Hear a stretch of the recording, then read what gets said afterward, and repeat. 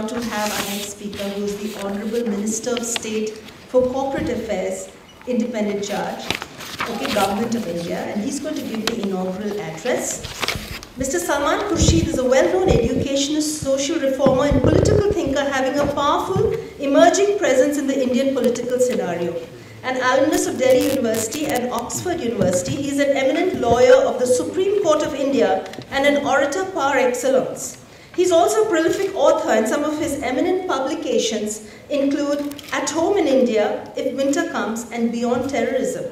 He's closely associated with many national and international organizations in spheres of education, humanitarian work, and law as patron and member. Thank you very much for that, Mr. Amit Agnihotri, Chairman of the MBA Universe, Dr. Bakul Lakia, Dr. Debashish Chatterjee, Mr. Manish Sabharwal, and very distinguished friends. Obviously, I cannot postpone speaking to you any longer. I thought that was a good excuse to speak of the landscape. And I think, having said that, I've discovered the landscape is so vast, intense, and colorful, as presented by these eminent speakers, that I find myself dwarfed, not a baby, but actually dwarfed. And so what do I say to this august gathering of people who I believe are gathered to address a very, very critical issue in our country? Management, education, and equally, I hope, the management of education in our country. It's the vast subject, the vast field that we're all grappling with, both the size, caliber, and quality. And I think you've been exposed this morning, and indeed your work brings you face to face with these problems every day. I see this as a period of intense journey. We are in transition. We are on a growth path. We are a country which has begun to feel that it has a very special place in the world. Once again, after many years, we had a place, presumably, in the generation that was led by Pandit Jawaharlal Nehru, who we mentioned several times today, who gave to us a sense of freedom fighters of the world, that we believe getting freedom for ourselves was inadequate, but fighting for the oppressed people of the world, fighting for Africa, fighting for those who were incarcerated, the great leaders of mankind, Nelson Mandela, was our purpose, just as much as was to ensure that we gave justice to our own people in our country, and that we gave justice to all. From there, we moved on now today to a dramatic shift that we now want to rub shoulders with the top countries of the world. We want, in a manner of speaking, we want to sit at the nuclear table. We want to now be considered as a military power, even if we don't say it.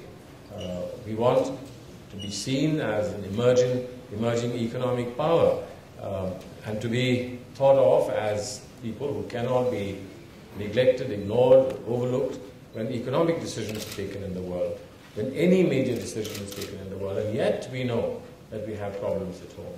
We have problems at home that worry us. There are problems that we know no solutions to.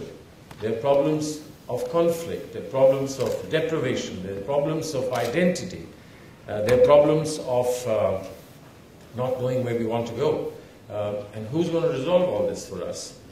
Who can help us consider these problems in their totality and find solutions, or begin to find solutions, or at least to say that we are on our path to resolve the problem. When I said I thought I'd let our distinguished speakers speak first, and I postponed the thought of saying something to you, this is unfortunately, or perhaps significantly, and an Indian attribute. There are problems that we haven't solved for over 50 years in this country. And we still look surprised every morning when we see there's a problem. And somebody somewhere wants to blame it on the poor person who's today sitting in a position of power, saying you can't handle this problem. But that problem is not something that arose yesterday.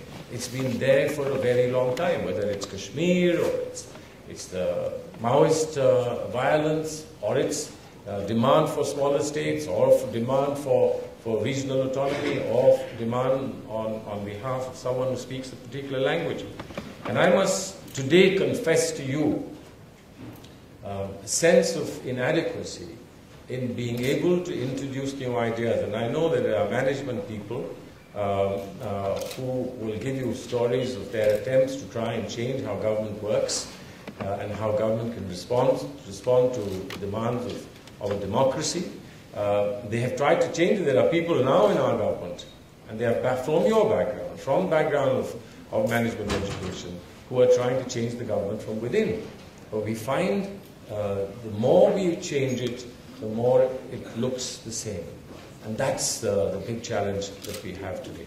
You mentioned education, and Dr. Dholakia mentioned the quality of management schools beyond the first 100.